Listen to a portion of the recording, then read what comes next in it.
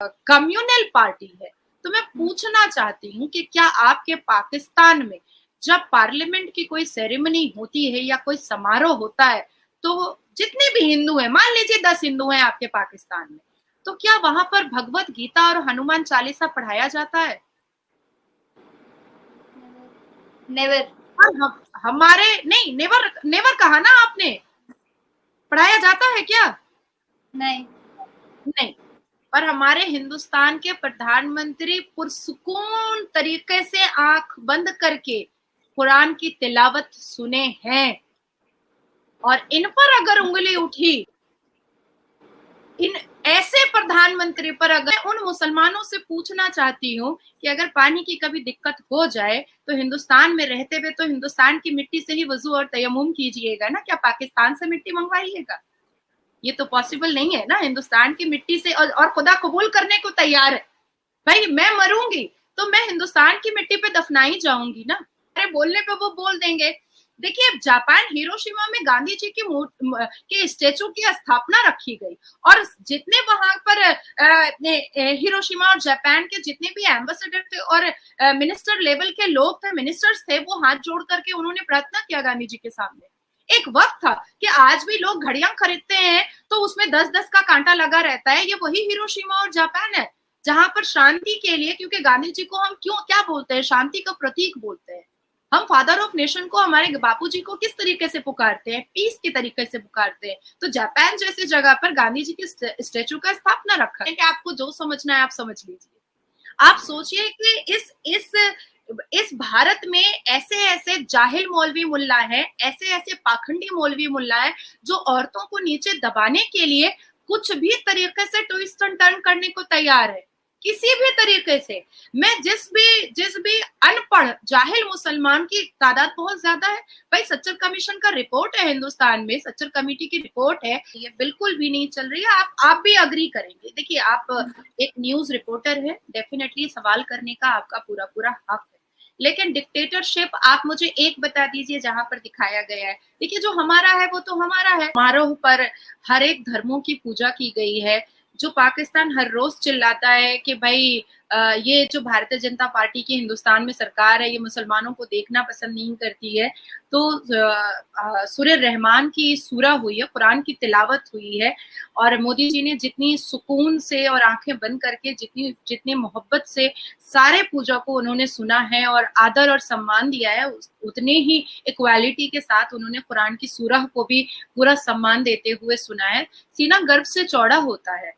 अपने आप में ना एक प्राउड फील होता है कि हम एक ऐसे देश में रहते हैं जहां पर कोई डिस्क्रिमिनेशन नहीं है। हम एक ऐसे देश में रहते हैं जहां पर इतनी मोहब्बत, इतना सम्मान, इतना प्यार, इतनी इक्वालिटी है। हम एक ऐसे देश में रहते हैं जहां पर बेटियों को सच में देवी समझा जाता है। हम एक ऐसे देश में रहते हैं जहां पर बेटियों को बढ़ने का, पढ़ने का, हवा में उड़ने का मौका दिया जाता है। किसी भी तरीके की कोई बंदिशें नहीं दी जाती है। मैं हमेशा कहती हूँ कि अगर आप कुछ बन करके कुछ करना चाहती हैं, और अगर आप महविश एक मुस्लिम समुदाय से आती हैं, एक मुस्लिम कम्युनिटी से आती हैं, तो शायद आपके पाकिस्तान में आपको बहुत दिक्कतें आती होंगी। कि आपका भी सपना होगा कि आप पायलट बन जाएं, आप एयर होस्टेस बन जाएं, आप बहुत खूबसूरत मॉडल बन जाएं, क्योंकि माशाल्लाह आप दिखती भी बहुत अच्छी हैं, बहुत अच्छी एक्ट्रेस बन जाएं। तो ये सारे सपने हम नहीं देख सकते हैं अगर हम मुसलमानों को खुश करने के चक्कर में रह जाएंगे। लेकिन हिंदुस्तान एक ऐसी जगह है जहां पर मुसलमान लड़कियां फ्लाइट उड़ा रही हैं, पायलट्स बन रही हैं, टीचर बन रही हैं, जज बन रही हैं, मजिस्ट्रेट बन रही हैं, डॉक्टर बन रही हैं, साइंटिस्ट बन रही हैं, और महिला ट्राइबल वुमेन यहाँ पर की प्रेसिडेंट ऑफ इंडिया है। तो ये अखंड भारत का जो स्लोगन है वो सच में इन तमाम चीजों को समेटता हुआ है कि यहाँ पर सिर्फ और सिर्फ उन्नति की बात की जाएगी, सिर्फ और सिर्फ भारत की तरक्की की बात की जाएगी, और भारत को अखंड करके एकता की बात की जाएगी। इतना खूबसूरत पार्लियामेंट है, इतना खूबसूरत है, मानो जैसा लगता है कि ना हम आंखों में एक सपना कभी जिंदगी में हमने देखा था और वो आज पूरा होता हुआ दिखाई दे रहा है। बहुत खुद में बहुत फक्र महसूस हो रहा है कि इस भारत की बेटी हूं मैं, और भारतीय जनता पार्टी के परिवार का हिस्सा हूं मैं, जिन्होंने हमेशा मुझे प्यार दिया है, सम्मान दिया है, मेरी बातों को सर्वप्रथम रखा है। और मतलब एक कोई भी डिस्क्रिमिनेशन या कोई भी एक्सक्यूजेस मैंने नहीं सुने हैं। मैंने 3 तलाक का मुद्दा उठाया, जिस पर भारत के प्रधानमंत्री ने भी उसको मुद्दा बनाया और कहा कि हाँ 3 तलाक बंद होना चाहिए। मैंने हमेशा कहा था कि औरतें जो हैं वो अकेले हज पे उनको जाना चाहिए। जब औरत अकेले बच्चा पैदा कर सकती है 9 महीना कोख में रख करके, तो वो हज पे क्यों नहीं जा सकती है। आज देखिए इतनी खुशी हो रही है मुझे, मैं आपको बयान नहीं कर सकती हूँ कि 2018 में सिर्फ 8 मुस्लिम औरतें हज पर गई थी, और ये आज का कल का न्यूज है कि 4000 more than 4300 Indian Muslim women जो हैं वो अकेले हज पर जा रही हैं। मान लीजिए आने वाले 2-3 साल में लाखों 10 लाख औरतें जाएंगी, लेकिन देखिए यहाँ पर भी मुसलमान मौलवी मुल्लाओं ने, अभी थोड़ी देर पहले मैं एक और डिबेट में थी, तो मौलवी मुल्ला मतलब एकदम जैसे लग रहा था कि मुंह नोच लेंगे कि नहीं हमारा हदीस नहीं कहता है कि औरतें औरतें हज पर जाएंगी, तब तो भाई इंसान शराब पी लेगा, इंसान जना कर लेगा। भाई आप उनके लिए फतवा क्यों नहीं जारी करते हैं जो जो जो मुसलमान बलात्कार करता है? आप उनके लिए फतवा क्यों नहीं जारी करते हैं जो मुसलमान तलाक देता है? आप उनके लिए फतवा क्यों नहीं जारी करते हैं जो अच्छी खासी बीवी होने के बावजूद भी 4-4 शादियां करता है? आप उनके लिए फतवा क्यों नहीं जारी करते हैं उन मुसलमान मर्दों के लिए जो शराब पी करके बार और डिस्को में नाश्ता गाता है? आप उनके लिए फतवा क्यों नहीं जारी करते हैं जो हिंदू लड़कियों से शादी करता है, जो हम कलमा लड़कियों को चूज नहीं करता है? आप शराब नवेशी को और जना को आप मिला रहे हैं हज पे जाने से। मतलब जो क्राउन प्रिंस है सऊदी अरबिया का, जो इस कॉपरेशन के लिए तैयार है, जो ये पूरी जिम्मेदारी रिस्पॉन्सिबिलिटी ले रहा है लिखित रूप में कि भाई हम रिस्पॉन्सिबिलिटी ले रहे हैं कि जो भी और खवातीन अकेले यहाँ पर हज पर आएंगी उनको पूरा पूरा हेल्प और कॉपरेशन मिलेगा, किसी भी तरीके की कोई भी जरूरत उनको होगी हमारी टीम हमारे सरकार उसके लिए खड़ी रहेगी। भाई जो औरत 9 महीना पेट में बच्चा रख करके सारे काम कर देती है तुम्हारे घर के, तुम्हारी तीमारदारी कर देती है, तुम्हारे माँ बाप की तीमारदारी कर देती है, वो अकेले हज पे नहीं जाती है। अल्लाह के घर जाने की बात हो रही है, इतना बड़ा पाक मुकद्दस जगह जाने की बात हो रही है, उसको ये मौलवी मुल्ला किससे मिला देते हैं? शराब से मिला देते हैं। आप सोचिए ये खड़े जहन्नमी है।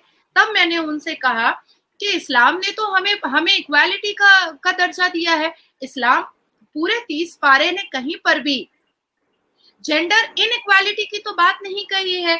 सूरे अन-निसा में साफ लफ्जों में कहा गया है कि मर्द और औरत यकसा हैं।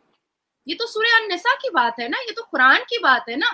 तो एक इस्लामिक स्कॉलर, मेरे पास प्रूफ है, मैं आपको दे सकती हूँ कि इस्लामिक स्कॉलर ने कहा है कि जो चीजें कुरान में पूरी नहीं है वो हदीस में पूरी की गई है।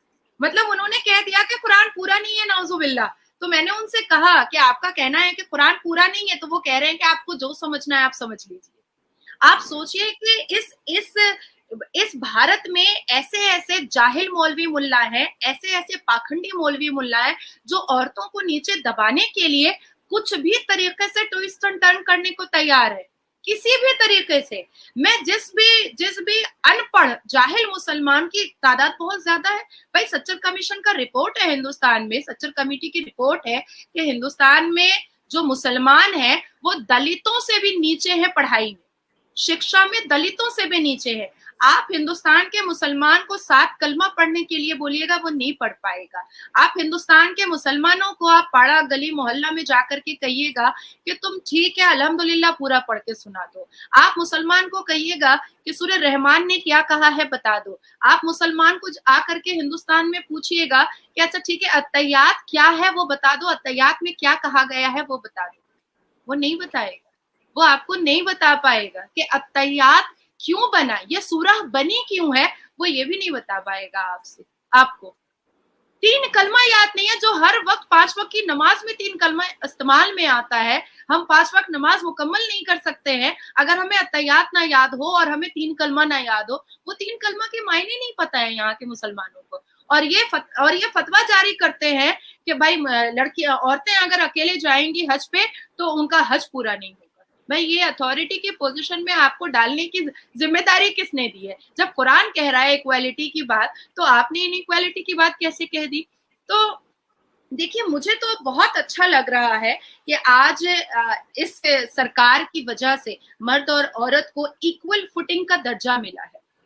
एकदम शाना बशाना लग करके चलने का, अपने आप को आगे बढ़ाने का दर्जा मिला है। अखंड भारत इन सारी चीजों को लेकर के बताया गया है। अखंड भारत का मतलब यही होता है कि हर एक व्यक्ति इस धरती पे रहने वाला, हर एक व्यक्ति का बराबर का हक है आगे बढ़ने का, पढ़ने का। देखिए, हमारे हिंदुस्तान की मिट्टी के बारे में कुछ लोग हैं जो बहुत अजीब बोलते हैं, कुछ मुसलमान लोग हैं, जैसे हमारे पश्चिम बंगाल की एक मेंबर ऑफ पार्लियामेंट है नुसरत रूही जहान, जिन्होंने हिंदू से शादी की है। मुझे इससे कोई प्रॉब्लम नहीं है, ये उनका व्यक्तिगत मामला है। पर उन्होंने पार्लियामेंट में जाकर कहा कि हिंदुस्तान की मिट्टी इतनी अच्छी नहीं है कि उस पर बुलेट ट्रेन चला दिया जाए, पर चला के दिखा दिया गया, वंदे भारत चला के दिखा दिया गया। ठीक है, तो मैं कहती हूँ कि भाई कुरान कहता है कि अगर अगर पानी की कमी है तो मिट्टी से वजू करके आप नमाज पढ़िए, हम आपकी नमाज को पूरा करेंगे। तो मैं उन मुसलमानों से पूछना चाहती हूँ कि अगर पानी की कभी दिक्कत हो जाए तो हिंदुस्तान में रहते हुए तो हिंदुस्तान की मिट्टी से ही वजू और तयम्मुम कीजिएगा ना, क्या पाकिस्तान से मिट्टी मंगवाइएगा? ये तो पॉसिबल नहीं है ना। हिंदुस्तान की मिट्टी से और खुदा कबूल करने को तैयार है। भाई मैं मरूंगी तो मैं हिंदुस्तान की मिट्टी पे दफनाई जाऊंगी ना। आज मेरे वालिदैन का इंतकाल होगा तो वो हिंदुस्तान की मिट्टी पे दफनाए जाएंगे ना। तो मैं क्यों ना संविधान से मोहब्बत करूं, मैं क्यों ना हिंदुस्तान की मिट्टी से मोहब्बत करूं? तो यही है अखंड भारत।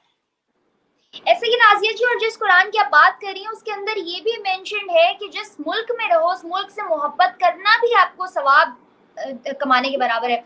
फिर आपने अखंड भारत की बात की, तो आपको नहीं लगता कि अखंड भारत एक ऐसा नाम है, एक ऐसा गजवा हिंद बना हुआ है जो लोगों से अपनी पावर के थ्रू राइट्स खींच रहा है? जिस तरह आजाद कश्मीर को अपने मैप में शो करवाया, तमाम उन हिस्सों को जो अलग हैं उनसे, उनके नहीं है, उनको अपना बना लिया कि ये हमारा है, ये हमारा हिंदुस्तान है। अब इसको देखो, ये ऐसे पोर्ट्रे किया गया। नहीं, किसी भी तरीके की कोई भी डिक्टेटरशिप यहाँ तो चल नहीं रही है, बिल्कुल भी नहीं चल रही है। आप भी अग्री करेंगे। देखिए, आप एक न्यूज रिपोर्टर है, डेफिनेटली सवाल करने का आपका पूरा पूरा हक है, लेकिन डिक्टेटरशिप आप मुझे एक बता दीजिए जहां पर दिखाया गया है। देखिए, जो हमारा है वो तो हमारा है। पाकिस्तान की सरकार ने बहुत सारे हथकंडे अपनाए, बेवकूफाना हरकतें की उन्होंने श्रीनगर में, कश्मीर में G20 की मीटिंग को रोकने के लिए। पर क्या ऐसा हुआ? नहीं हुआ। मीटिंग बहुत सक्सेसफुल रही। अब मैं अपने वालदैन को अपना ना बोलूं तो किसी और का, पराया का बोल दूं? अब मेरे मम्मी वालदैन को अगर कोई दूसरा आकर के मम्मी और पापा बोल देगा तो वो मुंह पर कह सकते हैं कि हाँ हाँ हाँ बेटा, हम तुम्हारे भी, लेकिन है तो नहीं ना। डीएनए टेस्ट कराया जाएगा तो पता चलेगा वो मेरे ही वालदैन है। तो नाजिया जी, अगर इसी बात में आपने अभी पीओ के बोला, इसी तरह अगर पाकिस्तान की रगों को देखें, पाकिस्तान की शाहरग देखें, पाकिस्तान के लोगों को देखें, तो उनकी रगों में खून की जगह कश्मीर दौड़ता है। वो आज भी कहते हैं कश्मीर हमारा है, हम लेके रहेंगे। जिस तरह अब तो खैर भारत ने तो बहुत बड़ा कदम ले लिया कि मैप पे ही शो करा दिया आजाद कश्मीर हमारा है। तो इन सिनेरियोस पे क्या बोलेंगे? देखिए, जो फिर मैं कहूंगी कि अमित शाह जी ने पार्लियामेंट के अंदर एक बात कही थी, कश्मीर हमारी जान है और हम अपनी जान को अपने अपने से अलग नहीं कर सकते हैं। और हमारे फॉरेनर मिनिस्टर जो हैं डॉक्टर जयशंकर, उन्होंने साफ लफ्जों में गोवा में जो G20 की मीटिंग हुई थी तो उसमें उन्होंने साफ लफ्जों में कह दिया था कि 370 की बात अब इतिहास हो चुकी है, अब तो पीओके की बात होगी। अब तो इंडिकेशन तो वहीं पर मिल गया था। मुझे नहीं पता कि आपके पाकिस्तान के लोग समझ क्यों नहीं पाते, मजबूती थोड़ी सी कम है या माथा थोड़ा सा कम चलता है। तो ये बात तो 2022 से कंटिन्यूड पार्लियामेंट के अंदर भी की जा रही है, अलग अलग चैनलों के सामने भी किया जा रहा है। पाकिस्तान के फॉरेन मंत्री जब बिलावल भुट्टो यहाँ पर आए हुए थे तब उनके सामने भी कह दिया गया था। सेकेंड डे जब G20 की जो मीटिंग हुई थी उसके सेकेंड डे जब प्रेस कॉन्फ्रेंस हुआ था तो आपके ही पाकिस्तान की एक रिपोर्टर ने पूछा था तो उन्होंने साफ लफ्जों में डॉक्टर जयशंकर जी ने कह दिया था कि अब तो 370 तो इतिहास हो चुका है भाई, अब तो पीओके की बात होगी। तो हमें अपने ऊपर, अपनी आर्मी के ऊपर, अपने डिफेंस मिनिस्ट्री के ऊपर इतना ज्यादा भरोसा है ना कि हम जानते हैं कि जो हमारी चीज है उसको लेकर उठाकर आना कैसे है। देखिए पाकिस्तान को बहुत जोर मिर्ची लगी है और समूची पाकिस्तान मिर्ची इस लगी है। वक्त पाकिस्तान नाजिया जी, इस वक्त पाकिस्तान कमजोर हालात में है और इसी वक्त में जो है आजाद कश्मीर का जिक्र हो रहा है कि हम लेके रहेंगे, अखंड भारत में उसको शो भी करवा दिया गया। आपको नहीं लगता पाकिस्तान की कमजोरी का फायदा उठाया जा रहा है? नहीं, जब हिंदुस्तान कमजोर हालात में था तभी तो पाकिस्तान ने अजमल कसब भेजा था ना, उसको तो पता था कि मौन भारत की सरकार है। और आज भी पाकिस्तानी बहुत मिस करते हैं कि कांग्रेस की सरकार क्यों चली गई, क्योंकि तब तो अजमल कसब के लिए समुद्र का रास्ता खोल दिया गया था ना। अब तो ऐसा, अब तो चीटी आने का रास्ता भी नहीं खोला जा रहा है, तो बड़ा दर्द हो रहा है, बड़ी परेशानी हो रही है। हम इंतजार करें। और आपको क्या लगता है, मैं आपसे पूछती हूँ, आप तो पाकिस्तान की वोटर है, आपकी पैदाइश पाकिस्तान है। पाकिस्तान के जो हालात है, पाकिस्तान की जो गुर्बती है, पाकिस्तान में जो भीख मांगने का जो हालत हो गया है, पाकिस्तान में जो आलू बैंगन चोरी कर रहे हैं जनता, पाकिस्तान में अपने ही फॉर्मर प्राइम मिनिस्टर के घर से कोकीन बरामद किया जा रहा है, पाकिस्तान के जो मौजूदा सिनेरियो है उससे क्या आप खुश हैं? क्या आपको लग रहा है कि पाकिस्तान बहुत तरक्की में आ जाने वाला है? पाकिस्तान तो धीरे धीरे खाली हो रहा है। वहां के युवा यंगस्टर्स जो है वो तो भाग जाने की कोशिश में लगे हुए हैं, वो तो दुबई और शारजा जा रहे हैं। आपको क्या लगता है कि पाकिस्तान में अब बहुत ज्यादा एम्प्लॉयमेंट आ जाएगा, पाकिस्तान में बहुत बड़ी बड़ी फैक्ट्रीज बन जाएगी, पाकिस्तान में एजुकेशन को बहुत इंप्रूव किया जाएगा, पाकिस्तान में शांति आ जाएगी जो जिन्ना के वक्त से नहीं आ पाई, वो अब क्या आएगी? आपके पास अगर चंद पैसे आज दे दिए जाए ना, आप फिर न्यूक्लियर बॉम्ब की धमकी आपकी सरकार देगी। अगर कोई मदद करने को आगे भी बढ़ जाएगा ना, तो भी न्यूक्लियर बॉम्ब का धमकी आ जाएगा। आप सोचिए ना कि क्यों पूरी दुनिया ने पाकिस्तान को किनारा कर दिया है, पूरी दुनिया क्यों नहीं चाहती है इसके साथ बैठना। अब कोई तो वजह होगी ना। चलिए हिंदुस्तान और पाकिस्तान का तो हमेशा रहा, लेकिन क्यों बाकी लोग क्यों छोड़ दिए हैं? और आज की न्यूज ने तो और भी चार चांद लगा दिया है कि भाई अब तो नए पार्लियामेंट की तारीफ चाइना भी कर रहा है, 60,000 वीजा का भी प्रपोजल दे दिया है, पूरे रेशियो के साथ वो चाइना जो है वो इंडिया के न्यू पार्लियामेंट को लेकर के, अखंड भारत को लेकर के, वहां की इनॉग्रेशन समारोह को लेकर के तारीफ का भंडार लगा दिया है। तो अब पाकिस्तान की सरकार का आका भी अब हिंदुस्तान की तारीफ कर रहा है। देखिए हम तो किसी को बोले नहीं ना कि आप मेरी तारीफ कीजिए।